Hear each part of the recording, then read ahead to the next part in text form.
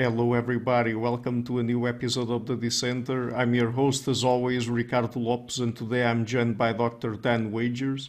He is a permanent senior lecturer in the philosophy program at the University of Waikato in New Zealand. His research specialties include normative ethics, especially hedonism, well-being, and experimental normative ethics, applied ethics, especially the ethics of prediction markets, and interdisciplinary happiness/well-being research, especially well-being and public policy, philosophy of happiness, science, and conceptions of happiness. So, Dr. Weijers, welcome to the show. It's a pleasure to everyone.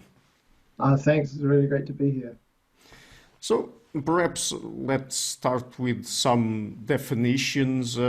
What is well-being in this case, of course, from a philosophical perspective? Well-being is the good life for the one living it. It's like a container concept of,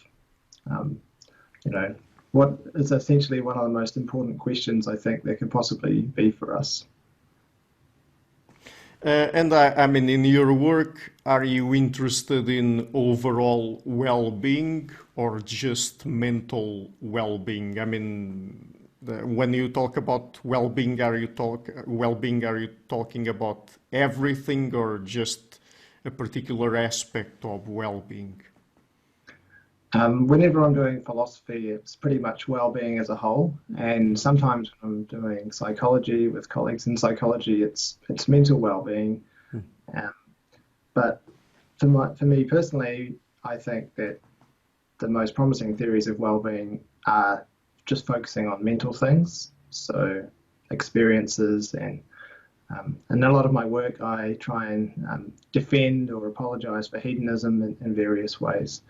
And so it's for me it's about experiences, and so because I think experiences are all we really have, then I think mental theories that are just talk about the mental theories of well-being, I think are the most promising theories of well-being, at least from the philosophical point of view of fundamentally what is the nature of well-being. Mm-hmm. And what is happiness? So for me, I prefer the kind of Benthamite view of happiness, but just strictly speaking, it's feeling good and not feeling bad in kind of the broadest possible sense. So having positive experience and not negative experience, where it is a kind of feeling, or at least, it's a conscious experience. Mm-hmm. And how is well-being related to happiness then?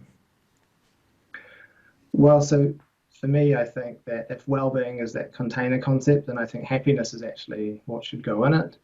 And by happiness, I'm thinking probably a hedonistic kind of happiness, but kind of very broadly understood. So for me, well-being probably is happiness. And I say probably because, am I certain? No, I don't think it would be wise to be certain when there are so many good arguments on, for different theories. So happiness is well-being. And a lot of other people think happiness is definitely not well-being, and perhaps some philosophers that work in this area, they think their main goal is to help everyone realize that happiness is not well-being, that maybe it's just a part of well-being or not even related to well-being. And so I'm kind of maybe sticking up for the average uneducated person who thinks that actually happiness is well-being and that they're the same thing. So I don't think they're the same thing. One's a container and one's the content that goes in. But yeah, so I could say happiness is well-being. Mm-hmm. Do we know what are the factors behind well-being? Yes and no. So there are so many studies that have the term well-being or happiness, and empirical studies and surveys are big, like companies like Gallup that survey across the whole world. What the problem is, so we know about lots of little relationships between variables in different contexts, but philosophers would say to all these kind of people doing these empirical studies, these economists and psychologists and so on, hold on, we didn't work out what well-being is yet.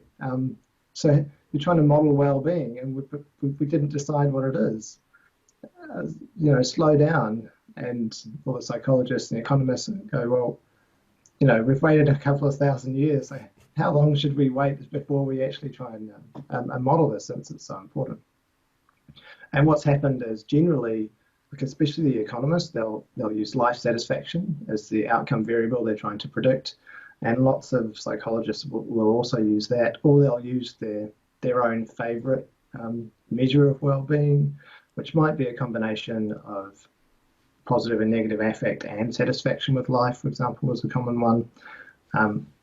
But there are, I was reading recently, there are at least 200 different measures of well-being that claim to be the measure of well-being itself, and often with many, many questions feeding into it. So let's say there are 200 measures of well-being, and obviously there's unlimited potential theories of well-being. Appear to have frozen. Yes, you're back now. And so, how do we know? In some years there've been 100,000 studies talking about well-being across all different disciplines. But if we disagree about what well-being is, what the outcome is, then we're getting a range of different models, and it's something that I think we still need to work on very quickly, an interdisciplinary effort. I actually do have an article that just came out this year about this in Frontiers in Psychology and Positive Psychology, that if we don't agree, then we're going to be left behind, and life satisfaction probably as a single item question, just that one question, all things considered, are you satisfied with your life, something like that. That is what well-being is going to mean in all these models. And so if you're a hedonist, or if you're any other kind of theorist, then you might think, well, that's not right. We need to change that. Mm-hmm. Is happiness the same thing across all societies? I mean, do people think about happiness the same way in all societies or not? Yes and no. So again, it's annoying being a philosopher sometimes. Well, it depends what we mean by happiness. Now, if I mean by happiness feeling good and not feeling bad, then yes, happiness is the same across all cultures, because all cultures have feeling good and feeling bad. But if we just went and asked people, what is happiness? Some social scientists have looked at all the utterances about happiness and so on, and looked through history and different cultures, and there are some similarities and some differences, and some authors have emphasized the similarities and others the differences. So I don't think you can guarantee that you'd be talking about the same thing if you're talking about happiness to someone from a different culture. But if you kind of went into detail and you understood each other's language, you could get on the same page. And wherever you ended up, it could be something like happiness. But the kind of generally received wisdom is that some cultures think of happiness more as a kind of peaceful thing, and some as more of a kind of like energetic thing, and others think of it more as a kind of communal or family-based concept, that there isn't such a thing as happiness when my children are in trouble. Mm-hmm. That kind of thing. Whereas others, it's a very individualistic concept. You might think in the United States, for example, it might be, as soon as you say happiness, you're like, well, obviously you mean my happiness.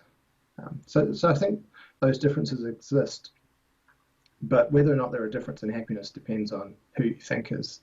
Are we going to allow different definitions of the word? And of course, in philosophy, what we're really interested in is some fundamental concept underneath it all. So that should be the same. Mm-hmm. But do people from all cultures care about happiness, whatever way they define it? So I think people from all cultures care somewhat about feeling good and not feeling bad. And to be the philosopher, like if they disagree, we can send the torturers around to see if we can convince them by demonstrating what pain feels like or something. But I think people will say they care more or less about it. Or if you ask people, what are the most important things in life? Happiness is going to be probably right up the top in some cultures, number one. In other cultures, it might not be in the top 5. But again, that's kind of could be a cultural reporting bias in the sense that we have learned we're supposed to put others before ourselves, or there's morality before happiness and those kinds of things. And I'm not saying they're wrong to do that. In fact, that might actually be what they do believe, and maybe that's a good thing. But that doesn't mean happiness isn't important. Having said that, I have, often people know me as that guy that researches happiness. And so I've been in conversations with people where they've come up to me and said, I don't care about happiness. Okay. And I try and ask them questions, pretending to be Socrates, and they end up either saying, okay, well, if that's what happiness is, and I guess I do, or they're just like, no, I don't care if I'm being tortured and so on. And I think, okay, person's probably not being genuine. Yeah, I mean, because do we know if there are people from certain cultures who are, or at least say that they are averse to happiness? Yes. So there are people in all cultures that, this is mainly from the work of Moses and Josh and Luther. I do a lot of my psychological research with. And so the cultures that we've looked at, there are people who are averse to happiness, meaning they would rather not experience some kind of happiness sometimes, or they don't want to display happiness or being thought of as being happy. So it's quite a broad, messy concept. It's often called fear of happiness as well. That was actually Moses' original idea. But very few people, if any, would be literally like sweating and running away from happiness. So aversion to happiness is what I think is probably a better label for it. But there are those people in all cultures, and if you talk to a psychiatrist about it, even in a place like the United States, I think they'd say, oh yeah, I've seen a couple of those. But even and there are cultural differences and the amount of people saying that they experience fear of happiness, but it's still generally quite low. So in any culture you go to, you're not going to find most people saying, I'm afraid or averse to happiness. Mm-hmm. But I mean, is there any culture specifically where people from that culture say they are averse to happiness, or is it just particular individuals across different cultures? Well, so again, this is from work with Moses and Josh and Lou, and he's originally Iranian, and he was talking about, we've written about Islam, and that for some cultures, especially very Islamic cultures, there's a kind of happiness which is really looked down upon, like if you're silly, and you're silly, like silly happy, like in public, and especially like it's different. Spoken to lots of Muslims, and they say, of course, you can be happy and with your friends and things, but there's a bit of a difference between. You can imagine being at a somber occasion and being silly, like being silly at a funeral. And maybe a little kid's being silly at a funeral, and you're like, I don't want to tell you off, but you need to stop doing that because it's inappropriate. And so the idea is the person who is silly in public or day-to-day life, silly happy, they're not a serious person. So they're shallow. They don't fully understand the woes of the world. And so that's a problem. That's like a bad thing about them. And so you might want to not express silly happiness in public, but you also might not want to experience silly happiness in public, because so if you do, it's like, oh man, I'm a shallow person. I'm not a serious person, and that's bad. And so that's what I think is. I can give another example that pretty much anyone in the world right now. So we're seeing the events of the war in Ukraine unfold. And for people in New Zealand like me, we're getting this through social media and international news and so on. Now, and lots of people are doing their thing. Lots of people do lots of things on social media. They advertise their businesses and so on. And if I was looking through a social media feed and there was, here's the latest thing that's happening in Ukraine, and aren't the Ukrainians brave, and isn't the whole situation tragic? And then the next post is some influencer saying, all you need to do to be happy is this and that. Now that makes me cringe, because I'm thinking, why are you caring about trying to make people happy in this moment when obviously it's a tragic moment? And it feels, so even though I think happiness is the most important thing, that feels intuitively wrong. Why are you doing that? And so there's, at the very least, an aversion to be focused on happiness or expressing happiness, especially a kind of fake or superficial or silly happiness, in times where it's, our emotions should to some extent reflect the situation. Mm-hmm. Do you think that reflecting or doing philosophy and reflecting on things like the meaning of life contribute to happiness? No. Yeah. Like earlier in my life, I was just naturally very happy. It was like I just happened to have the personality, I suppose, to be quite happy most of the time. And then I got interested in happiness and ethics and started studying philosophy. And I don't know if you're familiar, but there's a kind of a graph for a lot of countries that shows life satisfaction over the lifespan. And people tend to get slightly less satisfied with life until they're, about my age now, about middle of life, and then go up again later. So, and I've kind of followed that trajectory. Like, you social scientists can't tell me what to do. Oh, well, you happen to get it right. You got lucky, perhaps, in this case. But was it the philosophy and thinking about the meaning of life that made me slightly less satisfied, or was it just the other things in life? It's hard to know, but I've done some research on this. So I did 3 different experiments, or each with a control, of philosophers at different life stages of the philosopher. And so starting out with first-year philosophy students, and then going to third-year philosophy students, and then professional philosophers. And I used the same questions for all of them, questions about happiness and life satisfaction. And I'll give you a bit more info on that in a minute. The controls for the first-year class, it was philosophy majors in a philosophy class compared to non-philosophy majors in a philosophy class, a big first-year class. So control-ish.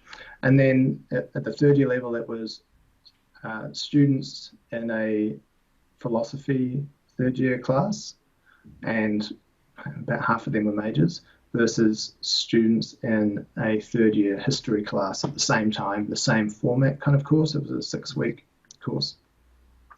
And then the philosophers were compared to non-philosophers in the professional philosophy group. So that includes it's PhD students and professional philosophers in that, versus people who were involved. It's a big international, it's called the International Wellbeing Survey, and it had specific groups like dentists and physiotherapists, but also lots of just regular people, and it was conducted in many languages and everything. And I kind of took a random sample from the whole global group, minus the philosophers, and compared it to the philosophers for that. So despite being a philosopher, I did my best attempt to get some kind of controls and some good experimental approaches. And so what I found is that the philosophers were less happy. So the questions specifically about happiness, that use the word happiness in the questions, philosophers were less happy and less satisfied with life earlier on. And by the end, philosophers were still less happy, but they had caught up a bit in terms of life satisfaction. So they were pretty much the same.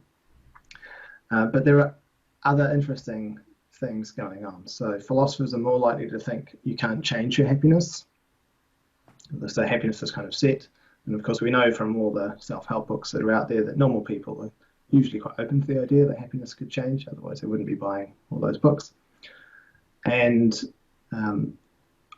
also, philosophers are kind of, if you think about philosophers, really good at coming up with justifications for things.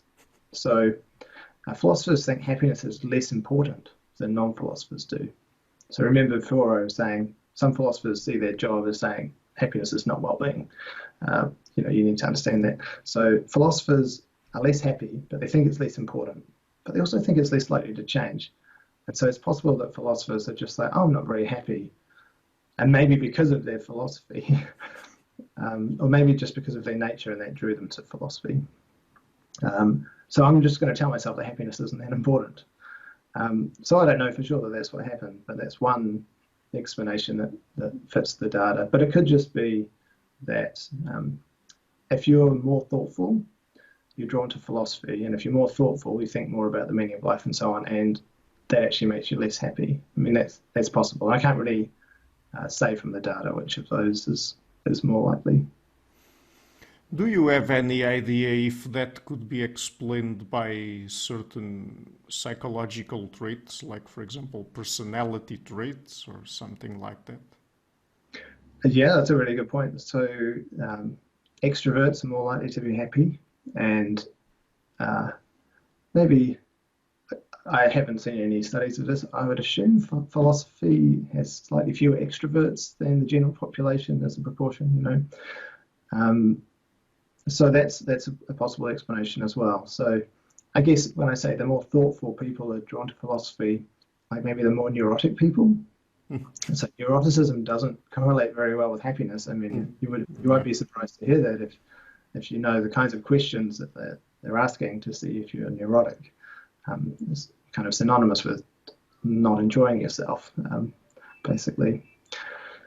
So personality could definitely be a big factor, and it's a little bit related to aversion to happiness, potentially. If someone, that we need some serious thinkers who are going to take the world's problems seriously and then want to do something about it, because if you're just kind of happy all the time, to say, look, I'm really satisfied with my life, but there's a big problem, there's an injustice, someone needs to do something about it. It's like, well, someone should, but I'm really satisfied. And if I'm really satisfied, it seems like by definition, I'm not very likely to want to push for change. I'll just keep it as it is. Yeah. So that might be a reason to be averse to happiness, because maybe being really too happy maybe really does make us a bad person, less likely to act to fight injustice. Although some of the kind of social psychological research, which is often questioned later about whether or not it's actually any good, shows happier people are more likely to help someone else pick up papers if they drop them on the street. But that's quite different from saying, actually, I'm going to go to war in Ukraine, or I'm going to at great cost to myself somehow impose great economic sanctions on a country that's starting a war, or I'm going to risk myself on the front line protest against racial injustice, or I'm going to take some batons to the head for that. Mm-hmm. Are religious people happier? Mose and Joshua again, and I've done a lot of research on this, and it's very complicated and a difficult question to answer. I would say the general population has the sense that religion makes people happier, and that's what the science shows. But that's mainly studies from decades ago now. And the more we look into it, the more it's like, oh, kind of, and like it depends. And I guess you'd probably expect that if you thought about it carefully. And so it matters, it depends on culture. It depends on if someone's religious, it depends what that means. So actually religious attendance, going to church, seems to be a bit different to strongly believing in the importance of God in your life. And a lot of people said, oh, the religious attendance is doing the work initially, and then our work, and we base our research on surveys of 100 countries. And so we're trying to really get a sense of the overall picture, looking at the whole world. And we found that belief was a bit more important, the strength of belief and like the importance of God in your life. And this is all about predicting life satisfaction. Again, no strictly hedonistic kind of well-being or anything like that, and no big complex measure of well-being. And we're partly limited by the surveys, and what we can do there. But actually, it's not just the individual religiosity. It seems to be the religiosity of the culture. And so we started finding certain interactions between different variables, so more complex relationships.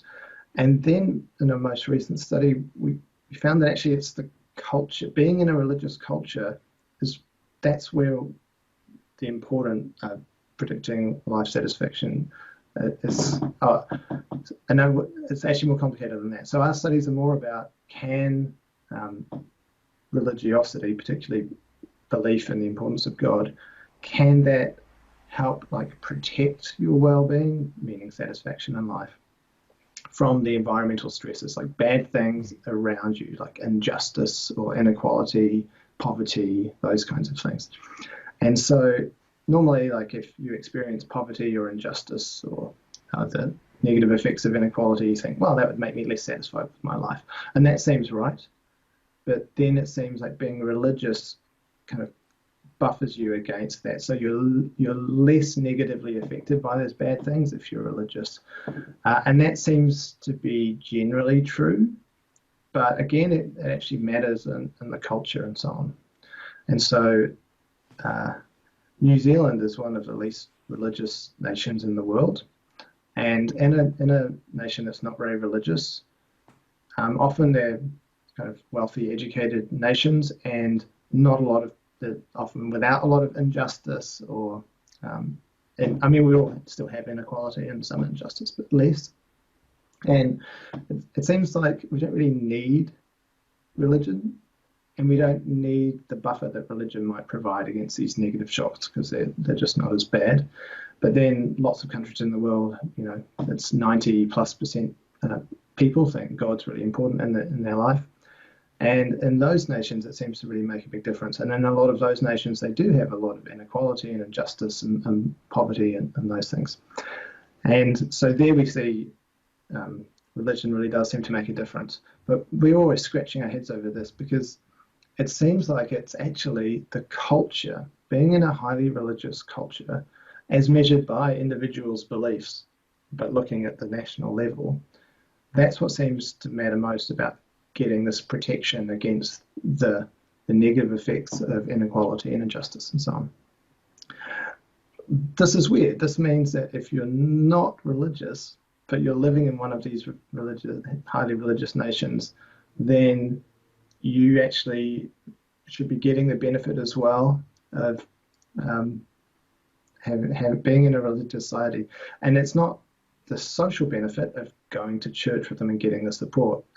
One, because you probably don't go if you're not religious, and two, because our data shows that's not really what makes the difference. It's the belief, and it's very hard to kind of explain this. So as when we're doing these empirical studies, if there's no possible explanation we can give for why the data came out the way they did, then it leaves us thinking, well, probably it's wrong. But these are it's a huge amount of data we're looking at from the whole world.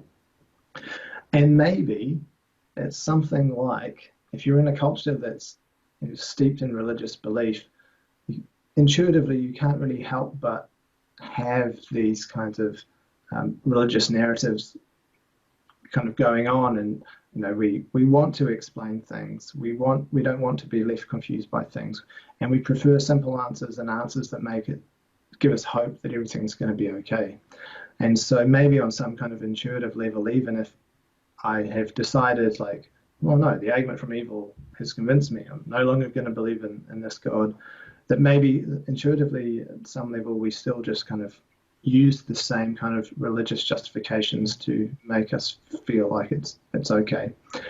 So when we started this research as a philosopher, I thought if there are highly religious people and they live in really horrible conditions, and the high injustice, especially injustice, I thought, people would suffer from spiritual struggles. So they would become angry at God,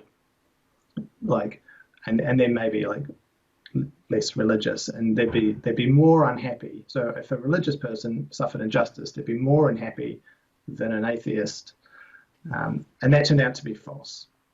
So kind of the opposite was true. So from my starting point, I realized that psychologically I don't understand what's going on, and so I'm not religious, and I wasn't raised religious, and so maybe my intuitions about this are just kind of a bit off. And I come from a line, and I'm in a culture that's not highly religious either, so it might be harder for me to understand. So it's a hugely interesting question, and it matters a lot because most people in the world are religious, and yet rates of religiosity are declining, especially in the Western world. You can see it going down 10% a generation or something like that. So it's a huge area. I don't think it's settled or solved, and it will depend on how well-being is measured and maybe what's controlled for. So in a study, one of the studies I looked at recently, religiosity did have an effect on predicting life satisfaction, and then they put in some of the normal controls like income and stuff. Yep, still predicting life satisfaction, and then they put in charitable giving to the model. And religious people gave twice as much, I think, roughly, as non-religious people. And when they put that in into the model, then religiosity stopped being a predictor. So that's to say that, is it religion making these people happier? Well, no, it's charitable giving that's making them happier. But if it's the religion that's making them give more to charity, then it kind of still is the religion that's affecting happiness. So, but from a kind of scientific point of view, it means no, it's not the religion, it's something else. Because I could just say, hey, there's a study that says if you give more money to charity, you might increase life satisfaction. And if they did that without being religious, then they might get the benefit. And then we can go and test interactions and see if, well, it's even better if you're religious and you give, because there's an extra kind of, it's a narrative around it that helps make you feel better or something. And so I don't know about the depths of that, but that's the kind of thing we can go on to study. Mm-hmm. Yeah, that's really fascinating. Are there public policies that target well-being specifically? Yes, so apparently in New Zealand now all our policies target well-being specifically, but they seem quite similar to the policies that we had before. So New Zealand literally has a wellbeing budget now. So it's in law that when the budget comes out for the government, that they need to be talking about these in a wellbeing way, and there are these wellbeing targets effectively that we should be aiming for. But what were governments trying to do anyway? Were they trying to make people's lives worse? Probably not. So in general, it doesn't really make any difference, but specifically I think it could and it should make some difference. So I've been part of, trying to help and hope that wellbeing does take off as a policy objective. And one of the main things for me is, and so Richard Layard from the UK is kind of famous for this, of just spend more money on mental health. And so you might not be surprised to hear me say that, right? I talked about well-being as being mainly mental well-being, and so that's what I'm interested in.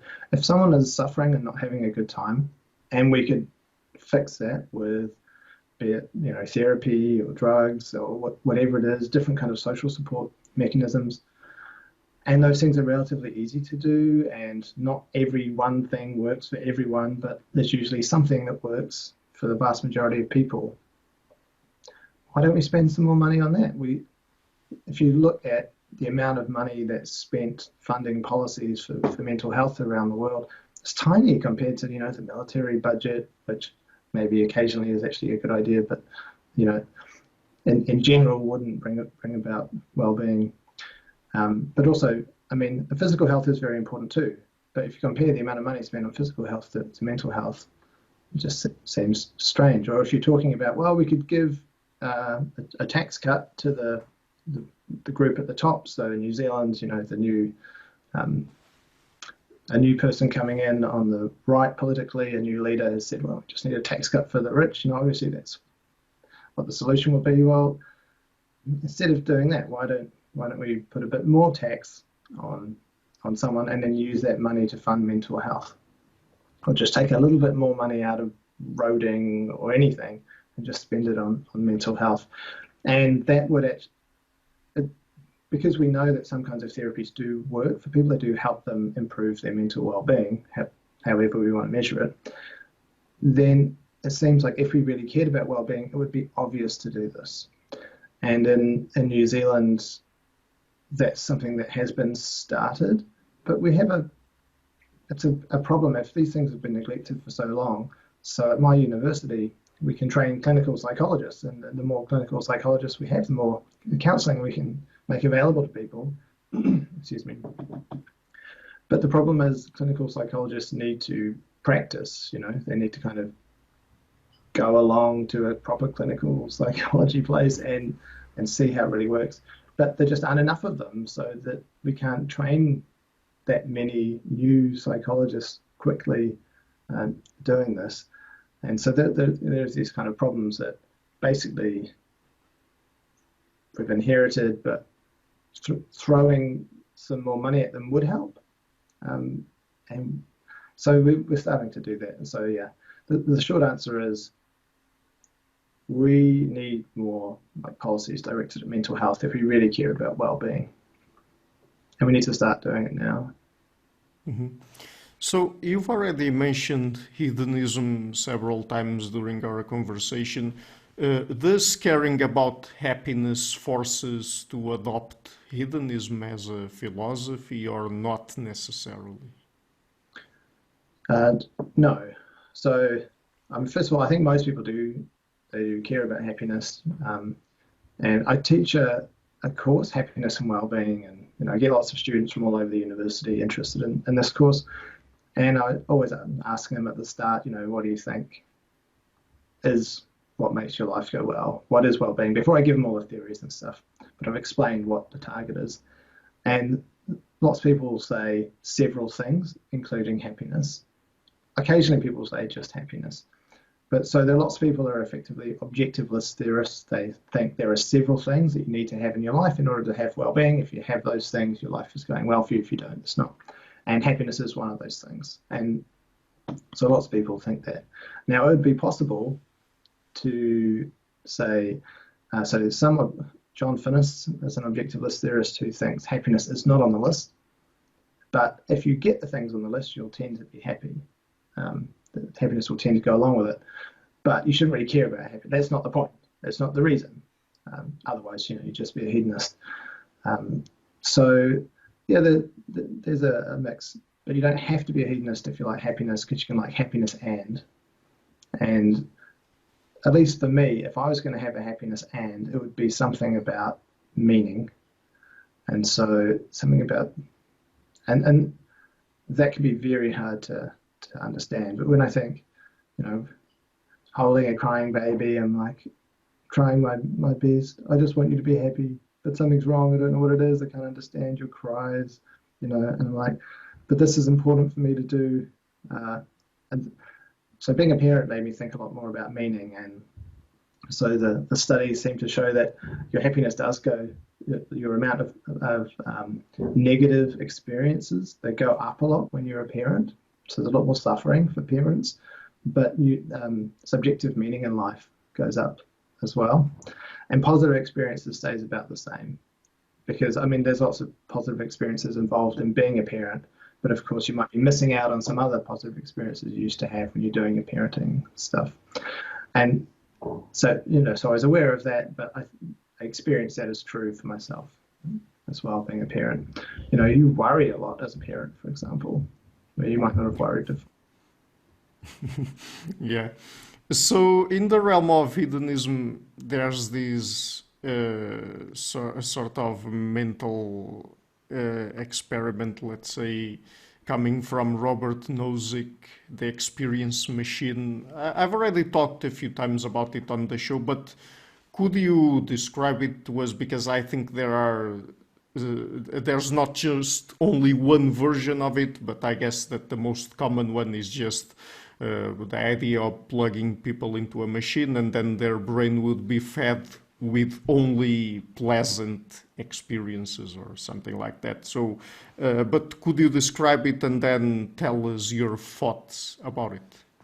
Yeah, sure. So Nozick's experience machine is a machine built by super duper neuropsychologists, and you can connect to this machine, and what it does is it gives you all the most wonderful experiences that you might have asked for. Nozick, in the original version, you can decide. So if there's something you really want to experience, skydiving, winning a Nobel Prize, whatever, you can experience those things. But there's also a team of like life experts who can also feed in the other best experiences that you hadn't thought of. And so when you're in the machine, you have all these wonderful, wonderful experiences, and you don't realize they're machine generated. So it seems like it's just real. It seems real to you on the inside, but it's not. And the little transition period can be wiped from your memory, so you don't notice that. And so Robert Nozick basically says, but we don't want to connect. Well, why don't you want to connect? If how your experiences feel on the inside, so how I've been talking about happiness, if happiness is all that matters, well, why wouldn't you connect? It must be because something else matters. And for Nozick, it's like really living your life in reality is what really matters.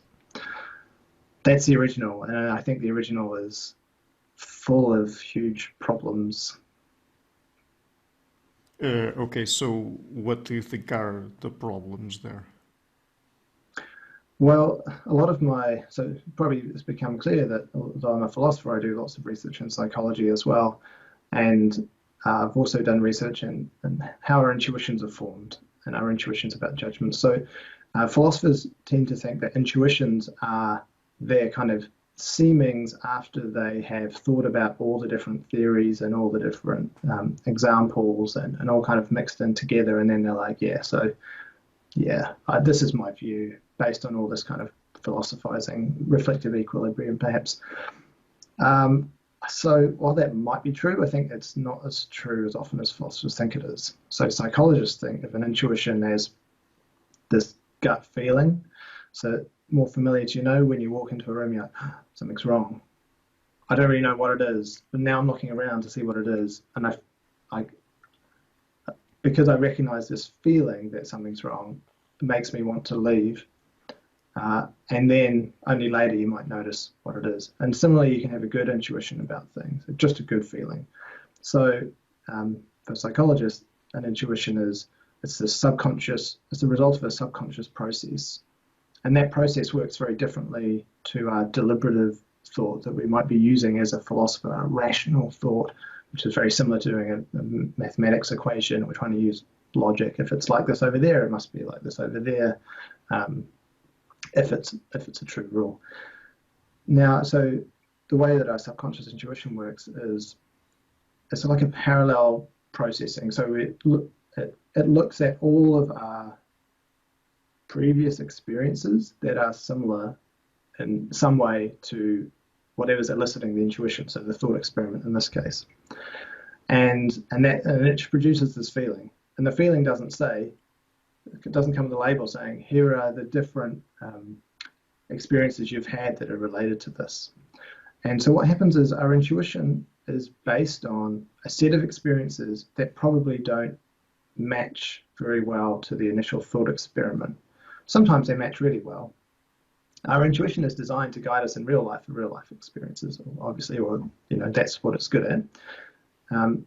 So if the thought experiment is very close to real life or things we are likely to have experienced, then our intuitions might be more reliable. Reliable in the sense that at least they're responding to what's there in the thought experiment. Now, if the thought experiment is unusual, wacky, like most important philosophical thought experiments, then our intuitions about them are less likely to be reliable, meaning they're less likely to be actually about what the thought experiment stipulates.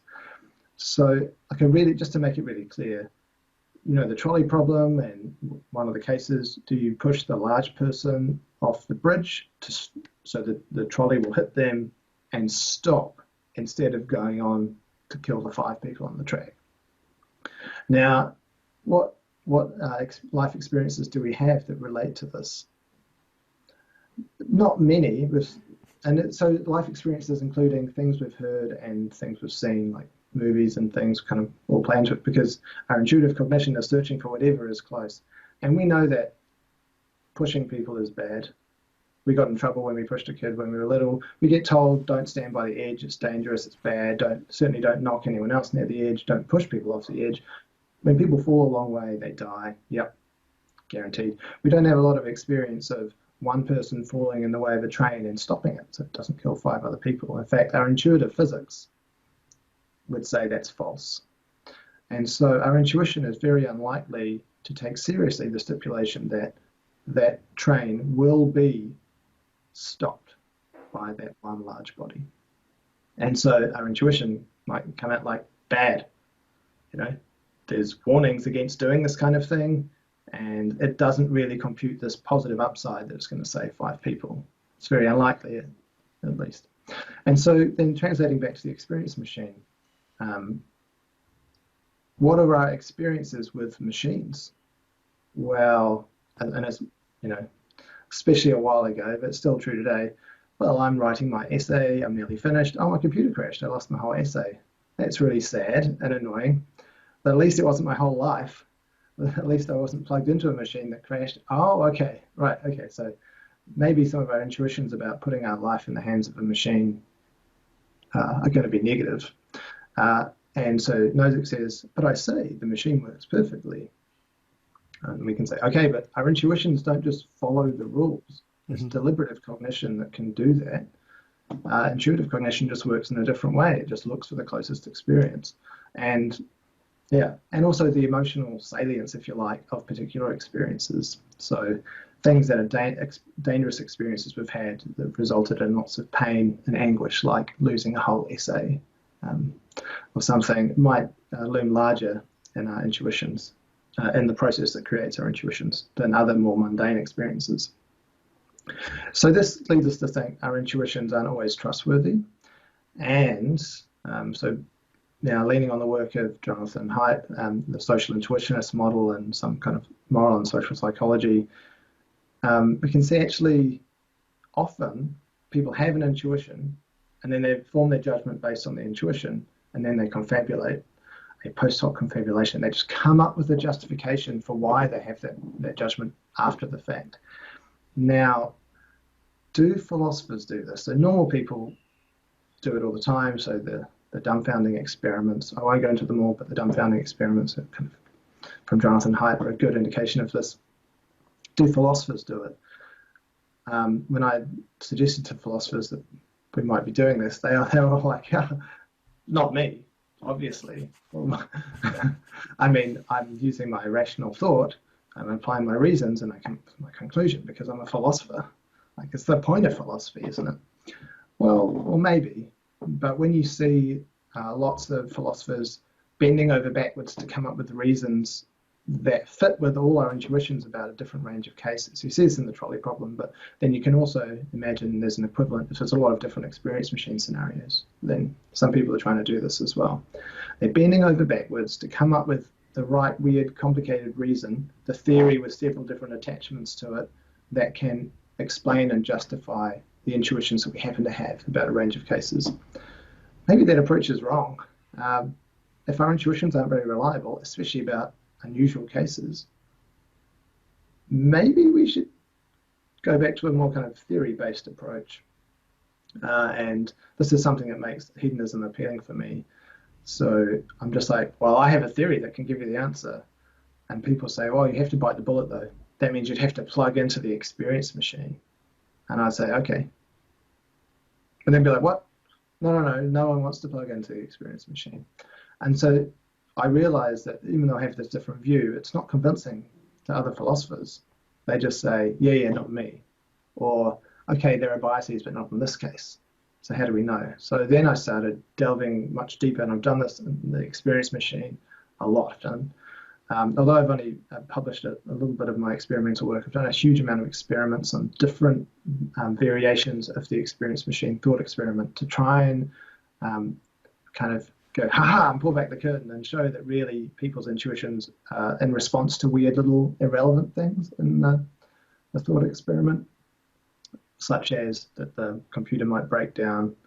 And so in my published article, I try and reduce the bias that's there, I think. So as it stands for Nozick's version of the experience machine, the vast majority of people, it's true. They go, yeah, I should connect to the machine.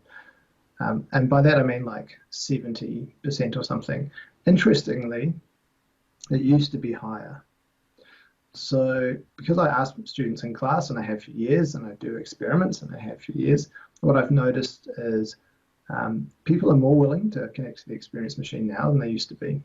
People are more willing to admit to wanting to connect to the experience machine when asked in private rather than asked in front of the class. That's also true of pushing the large person off the bridge. And when you start thinking, well, why is this percentage going down? It could be because people are more familiar with technology. They're more familiar with virtual worlds and so on, so it's less scary. Unfamiliar things, especially when you're risking something like your life, and we have reason for our intuition to go, oh, don't know about that. Why would we risk our life on something we aren't familiar with? Seems like a bad idea. And so, yeah, there's lots of different bits about the scenario that make us biased about it. So because it's unknown and there's a risk, when we make the scenario about ourselves, should I plug in, it makes us more likely to feel, no, warning. But if we say, well, what about a stranger? You meet a stranger, you're on the train, you're chatting, and the stranger's like, I'm thinking about going to an experience machine. And then you'd be like, well, gives amazing experiences, go for it. Because we don't have that kind of higher weighting of risk for other people. We're much more likely, and you might think, well, hold on, so that's different, but which of those is right and which of those is wrong? So I think we're more risk averse, we're more loss averse when it comes to ourselves, more careful, and certainly because of our intuitions. Our intuitions care a lot about ourselves, they don't care a lot about a stranger.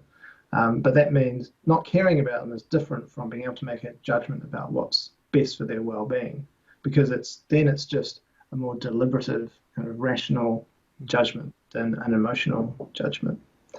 And so that's just one of the things. And as I change these things, the percentage of people who think that the experience machine is a good idea increases from like 20-30% up to about 50-ish%. So we're left in this situation where no longer can we say, hey, the vast majority of people agree with you, Nozick, that we don't want to connect to an experience machine, or we don't think it's a good idea for someone's well-being to connect to an experience machine. Okay, and I know that that's a lot, but there's so many more. I just want to say one of the other biases. So Nozick says, don't worry about other people, they can plug into. So most of us, we have dependents. They might be furry, fluffy ones, like cats and dogs or whatever, or they might be people. And we feel a moral obligation to them. Most of us do, to kind of care for them, be there for them and so on. If we're not there, they would miss us if we're like half decent to be around. And so that would affect our judgment. So in real life, I wouldn't connect to an experience machine because I wouldn't trust it and because I have dependents. But if it was the scenario as described in the thought experiment where I'm not allowed to think about them, my dependents and so on, and the machine works perfectly, then I would plug in. Will that ever occur in real life? Probably not. But the point of the experience machine thought experiment, as it's been used, isn't to help us make a decision of whether or not we should get into the machine.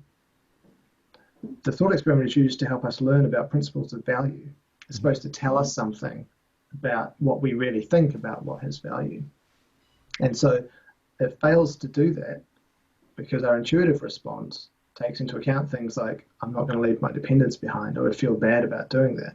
And our intuitive response says, pretty sure computers crash, and if that's all you're connected to, that's going to be bad for your mind, for sure, your experience, for sure. And so even though the stipulations go against that, our intuition doesn't. And this is, when you're thinking about a question, two different lives, which has the most value, our emotions are important. We need the intuition to help make that value, because there isn't, unless you just apply a theory, there isn't like a strict recipe to follow or formula to follow that will tell you exactly which life is better.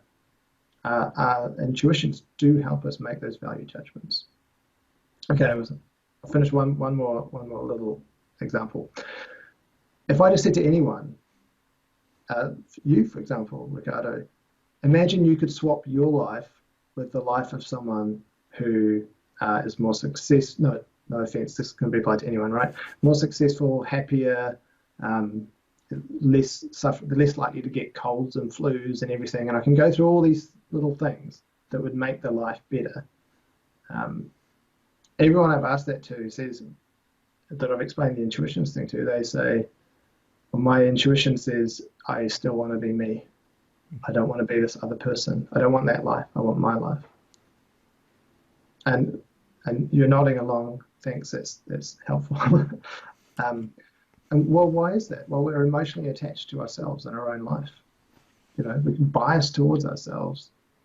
Hold on. So there'd be no more me.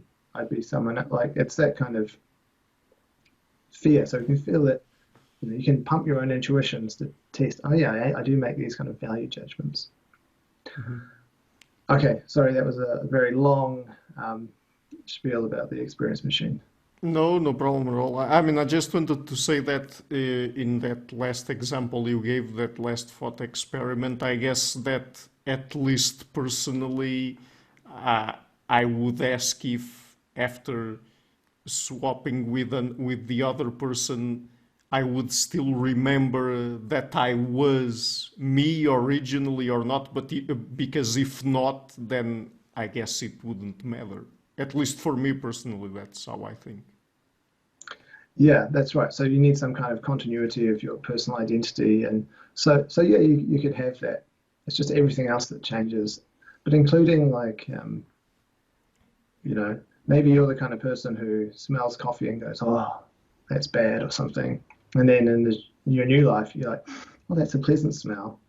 That's, you know, so it would be a bit weird, but yeah, idea of getting more pleasure. But yeah, you recognize it as kind of like yourself. But it would be strange, you know, in the personal identity literature, the thought experiments about brain swap or mind swap. So yeah, kind of like you, but are we really us if we're in a completely different context? I guess it's a personal identity question fundamentally.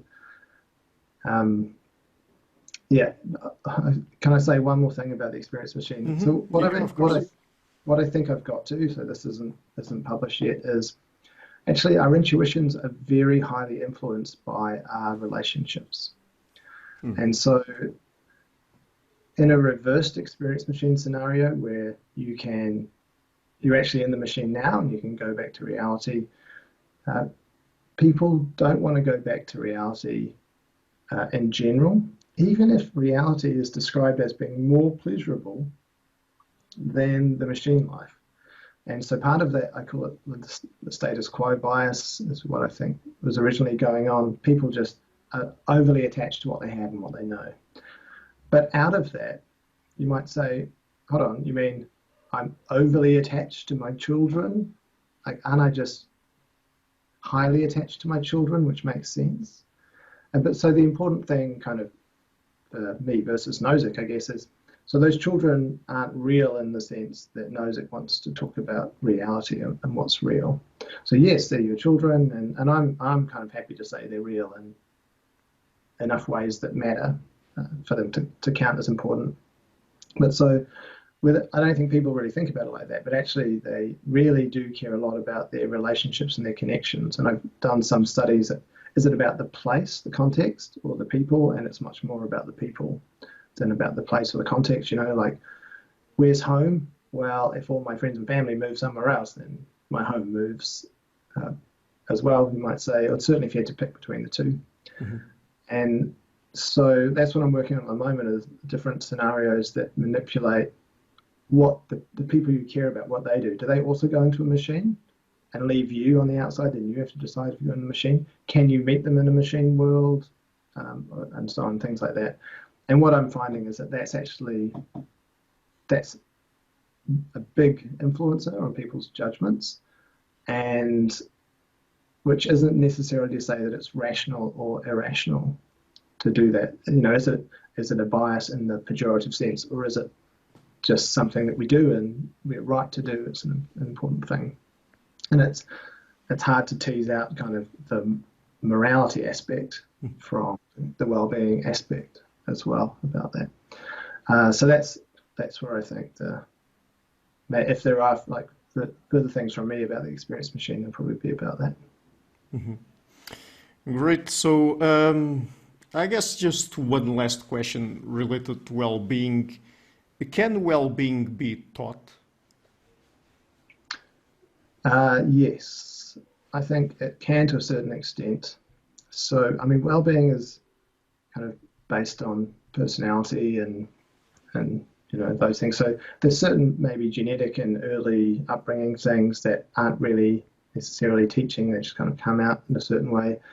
But surely there are ups and downs that can happen.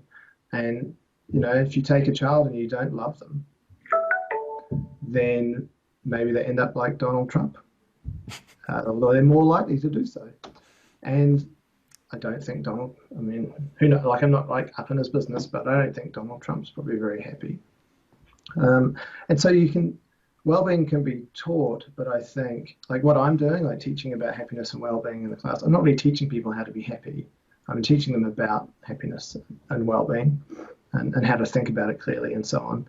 Well, I do talk about positive psychology and interventions and how they see, you know, you can get these little effects from writing a nice letter to someone and so on.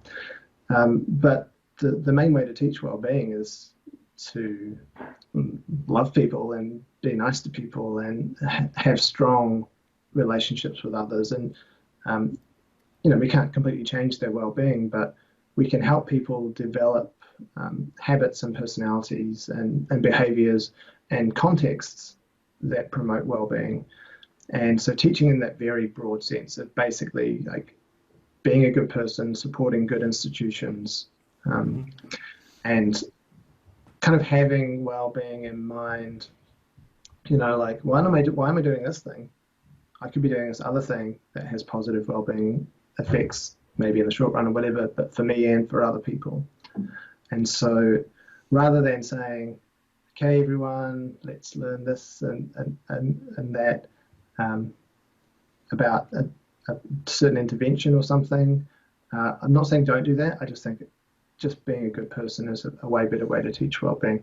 Now, there's one little exception. So Lindsay Odes is a psychologist from Australia, and he has a well-being literacy project.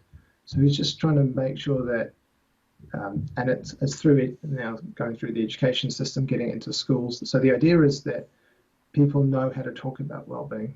And if they know how to talk about well-being, they might better be able to be a good friend and support someone in a time of need. They might be better at just thinking about.